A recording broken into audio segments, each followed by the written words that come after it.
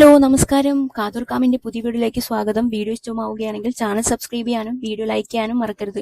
വീഡിയോയിലേക്ക് പോകാം. വർഷങ്ങൾ നീണ്ട ഇടവേളയ്ക്ക് ശേഷം സിനിമയിലേക്ക് മടങ്ങിയെത്തിയ മഞ്ജു വാര്യർ ഇന്ന് തെന്നിന്ത്യയിലെ തന്നെ തിരക്കേറിയ താരങ്ങളിൽ ഒരാളാണ്.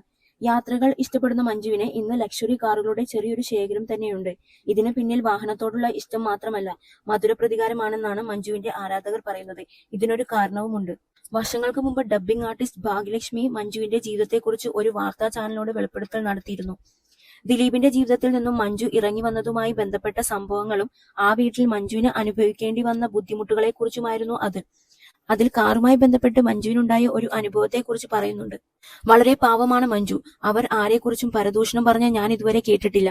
വളരെ വൈകിയാണ് ഞാൻ മഞ്ജു വാര്യരെ പരിചയപ്പെടുന്നത്. അവരുടെ സ്വഭാവം എല്ലാവർക്കും മാതൃകയാക്കാവുന്നതാണ്.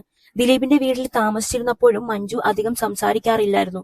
പല പുരുഷന്മാരെയും ചേർത്ത് വളരെ മോശമായി ആ സ്ത്രീയെക്കുറിച്ച് പറഞ്ഞപ്പോഴും അവർ ഒരിടത്ത് പോലും അകലാനുള്ള കാരണത്തെക്കുറിച്ച് സംസാരിച്ചില്ല. അന്ന് മഞ്ജുവിനും ദിലീപിനും ജോയിന്റ് അക്കൗണ്ട് ആയിരുന്നു. ആ അക്കൗണ്ട് ഫ്രീസ് ചെയ്തു. വീട്ടിലുള്ള വണ്ടികളൊന്നും എടുക്കാൻ പാടില്ലെന്നും പറഞ്ഞു. ഇറങ്ങുന്നതിന് മുമ്പത്തെ ദിവസം എന്നെ വിളിച്ച് ഞാൻ നാളെ ഇവിടെ നിന്ന് ഇറങ്ങും ചേച്ചി എന്ന് മഞ്ജു പറഞ്ഞിരുന്നു. പോകാൻ കാറില്ല എന്നും അവർ പറഞ്ഞു. വല്ലാത്തൊരു മാനസികാവസ്ഥയിലായിരുന്നു മഞ്ജു.